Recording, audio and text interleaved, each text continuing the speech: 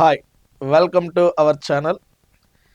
So ఈ రోజున ప్రధానంగా ఈ వీడియో ద్వారా మనం డిస్కస్ చేయబోతున్నది ఆంధ్రప్రదేశ్, తెలంగాణ కూడా రేపు రాబోతున్నటువంటి డిఎస్సిలో స్కూల్ అసిస్టెంట్ సోషల్కి సంబంధించినటువంటి ఆస్పిరెంట్స్ ఏ విధంగా మనం చదివితే, ఏ విధంగా ఖచ్చితమైన ప్రణాళికను రూపొందించుకుంటే ఖచ్చితంగా రేపు రాబోయేటటువంటి డిఎస్సిలో మనం ఉద్యోగం సాధించగలం. అలాగే ఈ రోజున స్కూల్ అసిస్టెంట్ ఆస్పిరెంట్కి సంబంధించినటువంటి ఒక చిన్న గందరగోళమైన అంశం ఏంటి అంటే ఇంటర్మీడియట్కి సంబంధించినటువంటి సిలబస్ని ఏ విధంగా చదవాలి. సో అందులో ప్రత్యేకంగా జాగ్రఫీకి సంబంధించినటువంటి పుస్తకాలు ఏం చదవాలి అనేటటువంటి సతమతం అవుతూ అభ్యర్థుల యొక్క ఈ ప్రిపరేషన్లో కొంచెం ఇబ్బందులను ఎదుర్కొంటున్నారు. సో దీని అంతటికి కొంచెం ఉపయోగపడే విధంగా ఈ వీడియో అనేది మనం ప్రధానంగా డిస్కస్ చేయడం జరుగుతుంది. జాగ్రత్తగా వినండి మిత్రమా. ఒక్కసారి ఈ గైడ్లైన్స్ జాగ్రత్తగా మీరు పాటిస్తే ఖచ్చితంగా రేపొద్దున మీకు ఉపయోగపడతాయి. సో దానికంటే ముందు అందరూ కూడా ఛానల్ని సబ్స్క్రైబ్ చేసుకోండి, కుదిరితే ఫార్వర్డ్ చేయండి, మీ ఫ్రెండ్స్కి కూడా తెలియచేయండి. మరింత సమాచారాన్ని త్వరలో మీకు అందిస్తూ ఉంటా. అయితే ఒక్కసారి మీరు జాగ్రత్తగా గమనిస్తే ఈ స్కూల్ అసిస్టెంట్ సోషల్కి సంబంధించినటువంటి లేదా డిఎస్సికి సంబంధించినటువంటి ఎవరైనా సరే మనం విజయం సాధించాలి అంటే ఒక ప్రణాళికాబద్ధంగా చదివితేనే ఇప్పుడున్నటువంటి కాంపిటేటివ్ పోటీ ప్రపంచంలో విజయాన్ని మనం సాధించగలుగుతాం. అయితే దీనికి సంబంధించి మీరు చేయాల్సినటువంటి మెయిన్ అంశాలు ఏమిటి? ఆంధ్రప్రదేశ్కి సంబంధించి అయితే దాదాపుగా చాలా సంవత్సరాల నుంచి కూడా ఆస్పిరెంట్స్ ప్రిపేర్ అవుతూనే ఉన్నారు. అయితే స్కూల్ అసిస్టెంట్కి సంబంధించిన వాళ్ళు మాత్రం ఈ మధ్య కాలంలోనే ఎక్కువగా ప్రిపరేషన్ని స్టార్ట్ చేసిన వాళ్ళు ఉన్నారు. ఈ మధ్యకాలం మీన్స్ లాస్ట్ 1 year నుంచి. ఎందుకంటే వీళ్ళు ఇతరత్ర ఉద్యోగాలు కావచ్చు, ప్రైవేట్ సెక్టార్లో కావచ్చు, ఇట్లా పనిచేస్తూ ఇప్పుడే మనకి సెలవులు పెట్టి ఈ యొక్క ప్రిపరేషన్ని స్టార్ట్ చేసిన వాళ్ళు ఉన్నారు. కొంతమంది 2019 డిఎస్సిలో మిస్ అయ్యి తరువాత దాన్ని కొనసాగిస్తూ చదివిన వాళ్ళు కూడా ఉన్నారు. అయితే ఇప్పుడున్నటువంటి నేపథ్యంలో మీరు చదివేటటువంటి విధానం ఎట్లా ఉంది అనేది ఒక్కసారిగా మీరు ప్రాపర్గా చెక్ చేసుకోవాలి. ఈ చెక్ చేసుకునేటప్పుడు మీరు జాగ్రత్తగా చూడండమ్మా. మీరు చదువుతున్నటువంటి అంశాలు ఖచ్చితంగా తెలుగు అకాడమీకి సంబంధించినటువంటివి అయి ఉండాలి. ఇదైతే కంపల్సరీ మీ యొక్క మైండ్లో ఉండాలి. అకాడమీ పుస్తకాలని బేస్ చేసుకొని మాత్రమే మన యొక్క ప్రిపరేషన్ అనేది ఉండాలి. అయితే ఈ అకాడమీ పుస్తకాలకు సంబంధించి ముందు స్కూల్ లెవెల్ని పూర్తి స్థాయిలో మనం కంప్లీట్ చేయాలి. సో 6వ తరగతి నుంచి 10వ తరగతి వరకు ఉన్నటువంటి అంశాలని లైన్ టు లైన్ కనెక్ట్ చేసుకోగలగాలి. లోయర్ స్టాండర్డ్లో ఉన్న అంశాలని హయ్యర్ స్టాండర్డ్లో ఉన్న అంశాలని కూడా కనెక్ట్ చేసి ఒక కాన్సెప్ట్ అనేది మీరు బిల్డప్ చేసుకునే విధంగా ఒక నోట్ బుక్ అనేది మీరు తయారు చేసుకోగలగాలి. అంటే ప్రతి ఒక్కరూ కూడా తెలుగు అకాడమీ పుస్తకాలు టెక్స్ట్ బుక్లని బేస్ చేసుకొని ఒక నోట్స్ అనేది మెయింటైన్ చేయగలగాలి. సో మీ దగ్గర నోట్సెస్ అనేవి ఉంటే ఆ నోట్స్ అనేది మనకి చాలా కీలకమవుతుంది. ఎందుకంటే మనకి ఈజీ వేలో అర్థమయ్యే విధంగా ఆ నోట్స్ని మనం కన్వర్ట్ చేయొచ్చు. అయితే ఎవరికైనా జాగ్రఫీకి సంబంధించి కావచ్చు, రిమైనింగ్ సబ్జెక్టులకు సంబంధించి కావచ్చు, నోట్సెస్ అనేవి కూడా కావాలి అంటే మన యొక్క యాప్ అయినటువంటి భవ్య అకాడమీ, మీరు ప్లే స్టోర్ లోపలికి పోయి భవ్య అకాడమీ అనేటటువంటి యాప్ని డౌన్లోడ్ చేయండి. ఆ యాప్లో ఈ నోట్బుక్స్ అన్నీ కూడా మీకు టెక్స్ట్ బుక్ని బేస్ చేసుకొని ఉండడం జరిగింది. మరకపోతే ఫస్ట్ మనం ఈ తెలుగు అకాడమీకి సంబంధించినటువంటి ఆ పుస్తకాలను బేస్ చేసుకొని నోట్సెస్ అనేవి తయారు చేయగలగాలి. ఆ తర్వాత ఇక్కడ ఉన్నటువంటి ఇంకో ప్రధానమైన సమస్య ఏమిటి అంటే ఇంటర్మీడియట్ అనే దానిని ఏ తరహాలో మనకి చదవాలి, ఎంత పరిధిలో చదవాలి, ఇది ప్రధానమైనటువంటి సందేహం. చాలామంది ఇక్కడ చూస్తే కొంతమంది వాదన ఎట్లా ఉంటుంది అంటే ఇంటర్మీడియట్లో తక్కువ మార్కులు వస్తాయి, స్కూల్ లెవెల్లో నుంచే మార్కులు ఎక్కువ వస్తాయని చెప్పేసి మిస్గైడ్ చేసిన వాళ్ళు ఉన్నారు. లేదా ఇంటర్మీడియట్లోనే మార్కులు ఎక్కువ వచ్చి స్కూల్లో రావు అని చెప్పేసి ఇట్లా ఉన్నారు. కానీ ఇక్కడ మీకు జరుగుతున్నది ఎట్లా ఉంది అంటే ఆన్లైన్ ఎగ్జామినేషన్స్.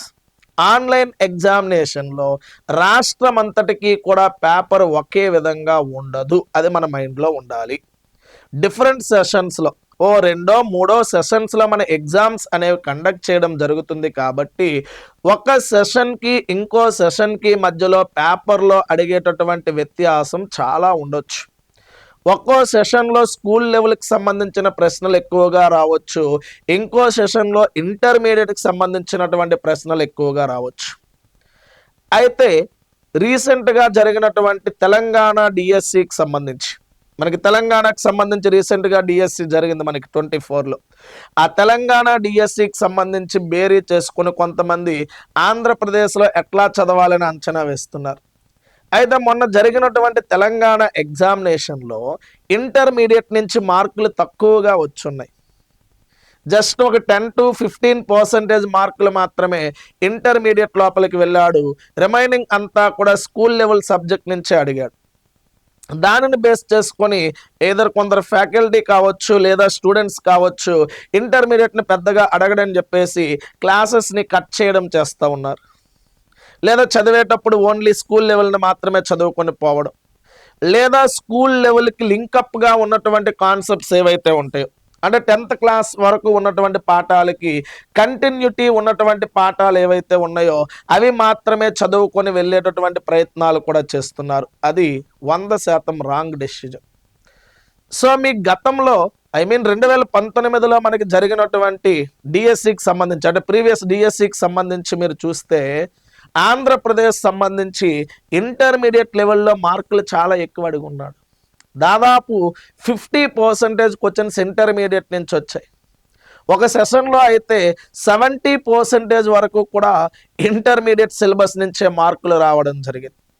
జస్ట్ ఒక 30% మాత్రమే స్కూల్ లెవెల్లో నుంచి మనకు మార్కులు వచ్చాయి.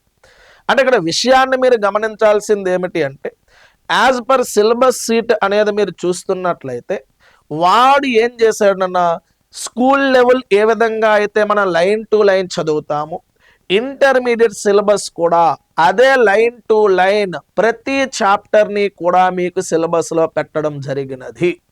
అంటే ఇక్కడ మీరు మెంటల్లీ ప్రిపేర్ అవ్వాల్సింది ఏమిటి అంటే ఏదైతే స్కూల్ అసిస్టెంట్కి ప్రిపేర్ అవుతున్న ఆస్పిరెంట్స్ ఉన్నారో మీరు పూర్తి స్థాయిలో ఇంటర్మీడియట్ వరకు ఉన్నటువంటి పుస్తకాలని బేస్ చేసుకుని not linked topics complete intermediate వరకు ఉన్నటువంటి ప్రతి అంశాన్ని కూడా అది జాగ్రఫీ కావచ్చు, హిస్టరీ కావచ్చు, సివిక్స్ కావచ్చు, ఎకనామిక్స్ కావచ్చు, ఈ 4 సబ్జెక్టులు కూడా చాలామంది ఏం చేయొచ్చు జాగ్రఫీ హిస్టరీ మార్కులు ఎక్కువ వస్తాయి వీటిని ఎక్కువగా ఫోకస్ చేస్తాం, ఈ ఎకనామిక్స్ కావచ్చు సివిక్స్ కావచ్చు మార్కులు తక్కువ వస్తాయి అంటే అక్కడ సిలబస్ పరిధి టాపిక్స్ అనేవి కొంచెం తక్కువ ఉండొచ్చు తప్ప ఈ సబ్జెక్టులకే ఇన్ని మార్కులు రావాలి ఈ సబ్జెక్టుకి ఇన్ని మార్కులు రాకూడదు అనేది ఏమీ ఇక్కడ ప్రామాణికత లేదు. ఉన్నటువంటి కంటెంట్ 40 మార్కుల్లో నుంచి ఏ సబ్జెక్ట్ లోపల నుంచి అయినా సరే మనకి ప్రశ్నలు అడిగేదానికి స్కోప్ ఉంటుంది. మనం ప్రతి సబ్జెక్ట్ని కూడా ఈక్వలెంట్ ఇంపార్టెన్స్ అనేది ఇస్తూనే మన యొక్క ప్రిపరేషన్ని కొనసాగించాలి. ఇది మైండ్లో ఉండాలి. ఓకే, క్లియర్ నా? రెండవది ప్రతి దానికి సంబంధించినటువంటి ఇంటర్మీడియట్ వరకు ఉన్న చాప్టర్స్ అన్నింటికి సంబంధించినటువంటి సమగ్రమైన సమాచారాన్ని ముందుగా మనం గ్యాదర్ చేసుకోవాలి. మనం చదవడం ఎంత ఇంపార్టెంటో ఆ చదవడానికి అవసరమైనటువంటి మెటీరియల్ని సమకూర్చుకోవడమే సగం ప్రిపరేషన్ అయిపోయినట్లే. ఎందుకంటే మన దగ్గర ప్రాపర్ ఇన్స్ట్రుమెంట్స్ ఉన్నప్పుడే ఏ పైనైనా మనం ఈజీగా సాధించగలుగుతాం. మరి ఒక పోటీ పరీక్షకు ప్రిపేర్ అవుతున్న ఆస్పిరెంట్స్గా నీ దగ్గర ఉన్నటువంటి ప్రధాన ఆయుధం ఏమిటి అంటే నువ్వు చదివేటటువంటి మెటీరియల్ ఏదైతే ఉందో అదే రేపు పొద్దున్న నీకు ప్రధానమైన ఆయుధం. అందుకే మనం ముందుగానే ఏం చదవాలి అనేటటువంటి ఇన్ఫర్మేషన్ని క్లియర్గా జాగ్రత్తగా సేకరించుకోవాలి. అప్పుడే నువ్వు సగం విజయం సాధించిన వాడు అవుతావు. ఆ తరువాత దానిని మనం లైన్ టు లైన్ కూడా చదువుతూ తరువాత ఎగ్జామ్స్ అనే మనం ప్రిపేర్ అవ్వాలి. సో ఈ ఎగ్జామ్స్కి ప్రిపేర్ అయినప్పుడు కూడా ఇప్పుడు ఉన్నటువంటి ఈ టైంలో ఈ టైం మీన్స్ ఆల్మోస్ట్ రేపు పొద్దున నోటిఫికేషన్కి మనం దగ్గరగా వస్తున్నటువంటి టైంలో మరలా చాప్టర్ వైజ్ బిట్లు అనేవి మనం ప్రాక్టీస్ చేసినప్పటికీ ఒక చాప్టర్ నుంచి ఇంకో చాప్టర్ లోపలికి వెళ్ళేపాటికే ఈ చాప్టర్ని మనం మర్చిపోయేదానికి కూడా అవకాశాలు ఉంటాయి. అందుకు మనం ఏం చేయాలి అంటే ఓవరాల్గా ఏవైతే గ్రాండ్ టెస్ట్లు ఉంటాయో అంటే ఓవరాల్ సిలబస్ మీదనే మన యొక్క ప్రిపరేషన్ని చేస్తున్నప్పుడే ఆ ఓవరాల్ సిలబస్కి సంబంధించినటువంటి ప్రశ్నల్ని మనం అటెంప్ట్ చేయడానికి ప్రయత్నించాలి. అక్కడ మార్కులు మనకు 1-2 తక్కువ వచ్చినా దానికోసం మనం ఆలోచన చేయకూడదు. ఓవరాల్గా ఏదైతే ఉందో ఆ ఓవరాల్ సిలబస్ని మనం కవర్ అయ్యే విధంగానే ఇప్పటి నుంచే పరీక్షలు అనేవి మనం రాస్తూ ఉండాలి. ఎందుకంటే మీకు ఆల్రెడీ టెట్కి సంబంధించి మీరు చదివేసి ఉన్నారు 10th క్లాస్ వరకు కూడా. టెట్ తర్వాత చాలా సమయం వచ్చింది. ఈ పాటికే ఇంటర్మీడియట్కి సంబంధించి కూడా మీ దగ్గర కొంత సమాచారం ఉండుంటుంది. మనం ఇప్పటి నుంచే ఎన్ని నెంబర్ ఆఫ్ గ్రాండ్ టెస్ట్లు అనేవి మనం ప్రాక్టీస్ చేస్తే అన్ని ఎక్కువ సార్లు ఈ మొత్తం సిలబస్ అంతా కూడా మనం రివిజన్ చేసుకున్న వాళ్ళం అవుతాం. సో అందుకు మీ యొక్క ప్రిపరేషన్ విధానంలో మీరు ఫస్ట్ చేయాల్సిన విధానం ఏంటి అంటే ఇప్పటి వరకు నీ దగ్గర నువ్వు చదువుతున్నటువంటి ఇన్ఫర్మేషన్ తెలుగు అకాడమీ పుస్తకం బేస్డ్గా ఉన్నదా లేదా అనేది ఒక్కసారి క్రాస్ చెక్ చేసుకుందామా. దానికి రిలేటెడ్గా వీలైనంత వరకు కూడా నీ దగ్గర క్లాస్ రిలేటెడ్ నోట్ బుక్ అనేది ఉందా లేదా అనేది చూసుకోవాలి. ఎందుకంటే పుస్తకాల కన్నా నోట్ బుక్స్ అనేవి మనకి చాలా యూజ్ఫుల్గా ఉంటాయి. ఎందుకంటే ఇన్ఫర్మేషన్ కనెక్టివిటీ ఉంటుంది. ఆ ఇన్ఫర్మేషన్ సింపుల్ వే అనే దాంట్లో మనకు ఉంటుంది కాబట్టి మనం చదివేటప్పుడు చాలా సులభంగా అర్థమయ్యే అవకాశం ఉంటుంది. ఈ రెండు ఉన్న తరువాత నువ్వు ఎగ్జామ్స్ అనేవి ఎంత స్టాండర్డ్లో రాస్తున్నావు. ఎందుకంటే మనం ఎగ్జామ్ రాస్తున్నప్పుడు కూడా బిట్లు అనేవి టెట్లో అడిగిన మాదిరిగా డైరెక్ట్గా వచ్చేదానికి అవకాశం తక్కువ. సో ఇక్కడ ప్రశ్నలు అనేవి మనకి మోస్ట్లీ కొంచెం స్టేట్మెంట్స్ రూపంలో మ్యాచ్ ది ఫాలోయింగ్ రూపంలో ఇట్లాంటి క్వశ్చన్స్ ఎక్కువగా వచ్చేదానికి అవకాశం ఉంది. కాబట్టి కాన్సెప్ట్ మీద పరిపూర్ణమైనటువంటి అవగాహన అనేది ఏర్పరచుకోవాలి. సో ఇదంతా మనం చేస్తూ ఎగ్జామ్స్ అనేవి రాస్తూ ఉండాలి. అయితే ఇక్కడ ఉన్నటువంటి సబ్జెక్టులన్నింటిలో కల్లా మనకు కొంచెం ఆందోళన కలిగించేటటువంటి సబ్జెక్ట్ అంటే ఈ రోజున జాగ్రఫీకి సంబంధించి. ఎందుకంటే జాగ్రఫీకి సంబంధించినటువంటి concepts even 8th class 9th class 10th class కావచ్చు ఇంటర్మీడియట్ కావచ్చు కొంచెం సైంటిఫిక్గా ఉంటాయి. సో సైన్స్ రిలేటెడ్గా ఉంటాయి అండ్ ఆల్సో కొంచెం డిఫికల్టీ లెవెల్ కూడా మనకు ఉన్నాయి. పైగా ఆంధ్రప్రదేశ్ ఆస్పిరెంట్స్ మెయిన్ తెలంగాణ ఆస్పిరెంట్స్కి అంత ఇబ్బంది లేదు. ఎందుకంటే తెలంగాణ గవర్నమెంట్కి సంబంధించి తెలుగు అకాడమీ పుస్తకాలను క్లియర్ కట్గా అప్డేటెడ్గా తెలంగాణ అకాడమీ పుస్తకాలు ఉన్నాయి మార్కెట్లో. అవి యాజ్ ఇట్ ఈస్గా మీరు చదివేసుకుంటే సరిపోతుంది. బట్ ఇక్కడ ఆంధ్రప్రదేశ్ విషయానికి వచ్చినప్పటికీ ఈ తెలుగు అకాడమీ పుస్తకాల్లో ఏ పుస్తకాలు చదవాలో కూడా తెలియనటువంటి గందరగోళమైనటువంటి పరిస్థితుల్లో ఆస్పిరెంట్స్ ఉన్నారు. ఈ మధ్య కాలంలో నేను చూసా ఓ పుస్తకానికి లోపల ఉన్నటువంటిది పాత డేటా, అట్టలు మాత్రం కొత్తగా వచ్చి మార్కెట్లోకి వచ్చాయి. చాలామంది పిల్లలు దాన్నే చూసి సార్ కొత్త పుస్తకం వచ్చిందని చెప్పేస్తున్నారు. బట్ లోపల ఉన్నటువంటి ప్రింటెడ్ ఇయర్ అనేది మీరు చూస్తే అది పాతది 2012కి సంబంధించినటువంటి పుస్తకమే. ఆ కవర్ పేజెసే మరలా కొత్తగా మార్కెట్లోకి వచ్చి ఆ పుస్తకమే కొత్త ఎడిషన్ అని చెప్పేసి చదువుతున్నటువంటి పరిస్థితి తప్పదు. ఎందుకంటే అకాడమీ నుంచి కూడా స్పష్టత లేకపోవడం మన యొక్క దౌర్భాగ్యం. తెలుగు అకాడమీకి సంబంధించినటువంటి వాళ్ళకి అసలు జాగ్రఫీ అనేది ఇంటర్మీడియట్లో ఉన్నదా అనేటటువంటి ప్రశ్నార్థకమైనటువంటి పరిస్థితి. మరి ఇట్లాంటి నేపథ్యంలో మరి ఈ జాగ్రఫీ నుంచి రేపొద్దున డిఎస్సిలో ప్రశ్నలు ఎట్లా మనం కవర్ చేయాలి, ఎలా మనం సిలబస్ని గ్యాదర్ చేసుకోవాలి, అదంతా కూడా నేను నోట్బుక్లో భవ్య అకాడమీ యాప్లో మీకు ఇవ్వడం జరిగింది. సో ఏదైతే మీకు రేపు పొద్దున ఎగ్జామ్కి ఉపయోగపడుతుందో దానికి రిలేటెడ్గా కంప్లీట్ ఇంటర్మీడియట్ వరకు ఉన్నటువంటి ఈచ్ అండ్ ఎవ్రీ టాపిక్ కూడా ఆ యొక్క నోట్బుక్లో మీకు ఇచ్చున్న ఒక్కసారి యాప్ డౌన్లోడ్ చేసుకుని ఆ నోట్బుక్ అనేది తీసుకోండి. లేదా ఇక్కడ మీరు చదివే విధానం ఒకవేళ నువ్వు స్వతహాగా నోట్స్ తయారు చేసుకుంటాను అన్నప్పుడు నువ్వు చేయాల్సిన విధానం ఏమిటి అంటే ఫస్ట్ సిలబస్ షీట్ అనేది మీరు జాగ్రత్తగా పరిశీలన చేసి ఆ సిలబస్ షీట్కి సంబంధించినటువంటి మెయిన్ టాపిక్ కావచ్చు, ఆ సిలబస్ షీట్కి సంబంధించినటువంటి కిందన సబ్ టాపిక్స్ అనేవి కూడా మీకు ఇవ్వడం జరిగింది. ఆ సబ్ టాపిక్స్ ఏవైతే ఉన్నాయో ఆ టాపిక్స్ అనేవి నువ్వు చదువుతున్నటువంటి పుస్తకంలో ఉన్నాయా లేవా అనేది నువ్వు జాగ్రత్తగా చూసుకోవాలి. అవి చూసుకున్న తర్వాత తెలంగాణ పుస్తకం కూడా మీ దగ్గర ఉండాలి. ఫస్ట్ ఇయర్కి సంబంధించి మోస్ట్లీ, సెకండ్ ఇయర్ కన్నా ఫస్ట్ ఇయర్కి సంబంధించి తెలంగాణ బుక్ కూడా నీ దగ్గర ఉండాలి. ఎందుకంటే తెలంగాణ పుస్తకానికి ఫస్ట్ ఇయర్కి సంబంధించి ఆంధ్రప్రదేశ్ బుక్లో ఉన్నటువంటి కాన్సెప్ట్స్ ఇంచుమించుగా ఒకటే కాన్సెప్ట్స్ ఉంటాయి ఫస్ట్ ఇయర్ వరకు. సో సేమ్ కాన్సెప్ట్ ఉన్నప్పుడు అడిషనల్ ఇన్ఫర్మేషన్ ఎక్కడుందో ఆ అడిషనల్ ఇన్ఫర్మేషన్ని మనం గ్యాదర్ చేసుకోవాలి. మరి ఒకే కాన్సెప్ట్లో ఏమైనా ఒకటే అంశానికి సంబంధించి విభిన్న విలువలు ఉన్నప్పుడు మాత్రం ఏం చేయాలి అంటే ఏపీ బుక్ని ప్రయారిటీగా తీసుకోవాలి. ఇది మీరు చేయాల్సినటువంటి విధానం. మరి సెకండ్ ఇయర్కి సంబంధించి అయితే మోస్ట్లీ మన యొక్క సిలబస్ షీట్ ప్రకారం ఆంధ్రప్రదేశ్ పుస్తకానికి ఎక్కువ ప్రయారిటీ ఇస్తాం.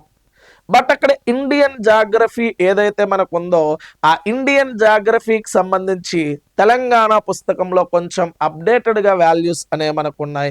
అంటే ఏపీలో ఉన్నటువంటి వాల్యూస్ మనం చూస్తూనే ఆ తెలంగాణలో ఉన్నటువంటి అడిషనల్ అప్డేటెడ్ వాల్యూస్ ఏమున్నాయో అవి కూడా ఒక్కసారి మనం చూసుకోవాలి. అంటే రెండు పుస్తకాలని కూడా కాస్త బేరీజు వేసుకొని మన యొక్క ప్రిపరేషన్ అనే దానిని మనం కొనసాగించాలి. తప్పదు, ఎందుకంటే ఒక్క సబ్జెక్ట్ విషయంలో కొంచెం కాంప్లికేషన్స్ అనేవి ఉన్నాయి కాబట్టి జాగ్రత్తగా మీరు ఫాలో అయితేనే మనం ఈ యొక్క మార్క్స్ అనేవి గెయిన్ అవుతాం. మరి ఇది స్కూల్ అసిస్టెంట్కి సంబంధించి సోషల్లో మీరు చేయాల్సింది. ఫస్ట్ ఇట్లా మనం ఇన్ఫర్మేషన్ కలెక్ట్ చేసుకుంటూ ఇట్లా మనం చేయాలి. మరి ఇకపోతే ఓవరాల్గా ఈ రాష్ట్రంలో ఉన్నటువంటి ఆల్మోస్ట్ ఈవెన్ తెలంగాణ, ఆంధ్రప్రదేశ్ ఈ స్కూల్ అసిస్టెంట్కి సంబంధించి ఎక్కడ కూడా ఒక ప్రాపర్ వే అనేది మనకి లేదు. కాబట్టి మీ అందరికీ కూడా రేపొద్దున మీరు ప్రిపేర్ అయ్యేటటువంటి ఆ ఉద్యోగ సాధనలో ఉపయోగపడే విధంగా మేబీ కోర్సెస్ కావచ్చు లేదా ప్లాన్ ఆఫ్ యాక్షన్స్ కావచ్చు, అవన్నీ కూడా మీకు ఇట్లా నేను ఇన్ఫర్మేషన్ ఇవ్వడం జరుగుతుంది. త్వరలో ఈ స్కూల్ అసిస్టెంట్కి సంబంధించి స్కూల్ అసిస్టెంట్ స్టాండర్డ్స్లో మీకు ఎగ్జామ్ సిరీస్ కూడా నేను ప్రారంభిస్తా. అది ఎక్కడ ప్రారంభిస్తాము, ఎట్లా ప్రారంభిస్తాను, ప్రొసీజర్ ఏ విధంగా ఉంటుంది, ఏదర్ ఆఫ్లైన్లో ఉంటుందా ఆన్లైన్లో ఉంటుందా లేదా రెండు మాధ్యమాల్లో కూడా ఉంటుందా, I mean offline and online రెండింటిలో కూడా ఉంటుందా అనే విషయాన్ని కూడా నేను చెప్తా. ఏం కంగారు పడద్దు, ఎందుకంటే ఆల్మోస్ట్ పేపర్స్ అన్నీ కూడా మనకి రెడీ అవుతున్నాయి. ఒకవేళ ఆఫ్లైన్ అనేది మనం కండక్ట్ చేస్తే విజయనగరంలో ఆఫ్లైన్ ఎగ్జామ్స్ అనేవి మనకి జరుగుతాయి. సో ఆఫ్లైన్ కావాలి అనుకున్న వాళ్ళు సో ఈ వీడియో కిందన నేను వాట్సాప్ లింక్ అనేది పెడతాను, లేదా నా యొక్క కాంటాక్ట్ నెంబర్కి మీరు మెసేజ్ అయినా పెట్టండి వాట్సాప్లో. సో కాంటాక్ట్ నెంబర్ మనకి 9706103777. ఇది మనకి వాట్సాప్ అనేది మీరు చేస్తే ఎవరైతే విజయనగరంలో ఉన్నటువంటి ఆస్పిరెంట్స్ అంటే విజయనగరం పరిధిలో ఉన్నటువంటి ఆస్పిరెంట్స్ ఆఫ్లైన్లో ఎగ్జామ్స్ అనేవి రాయాలి అనుకుంటే మీరు ముందుగా ఈ నెంబర్కి మీరు ఫోన్ చేస్తే, ఐ మీన్ ఫోన్ మీన్స్ వాట్సాప్లో మెసేజ్ పెట్టాలి, మీ యొక్క డీటెయిల్స్ అనేవి పెడితే సో దానిని బట్టి ఏ టైంలో ఈ యొక్క ఆఫ్లైన్లో ఎగ్జామ్స్ ఉంటాయి అనేది నేను ఇన్ఫర్మేషన్ ఇవ్వడం జరుగుతుంది. సో ఆన్లైన్ ఆస్పిరెంట్స్ ఈ ఆన్లైన్లో మనం ఎప్పుడు పెడతాను అనేది మీకు చెప్తాను. అది డైరెక్ట్గా భవ్య అకాడమీ యాప్లోనే ఎగ్జామ్స్ అనే మనకి పెట్టడం జరుగుతుంది. ఆ ఎగ్జామ్స్ ఎప్పుడు పెడతాం ఏంటి అనేది సమాచారం త్వరలో మీకు ఇవ్వడం జరుగుతుంది. సో ఇది డిఎస్సికి సంబంధించి స్కూల్ అసిస్టెంట్ వాళ్ళకి మనం చేపడుతున్నటువంటి కార్యక్రమాలు. ఖచ్చితంగా అందరూ కూడా ఉపయోగించుకోండి. రేపొద్దున మీ ఉద్యోగ సాధనలో ప్రతి విషయం కూడా ఉపయోగపడుతుంది. జాగ్రఫీకి సంబంధించి కూడా మీరు ఏం వరీ అవ్వద్దు. ఎగ్జామ్ వచ్చిన టైంలో ఆల్మోస్ట్ మీకు ఏం చదవాలి, ఎట్లా చదవాలి అన్నీ కూడా గైడ్లైన్స్ ఇవ్వడం జరుగుతుంది. మీరు ఏమీ వరీ అవ్వద్దు. చాలా ఈజియెస్ట్గా సింపుల్ వేలో మీ అందరికీ కూడా అర్థమయ్యే రీతిలో జాగ్రఫీ అంతా కూడా నేను నేర్పిస్తాను. All the best, all of you. Thank you.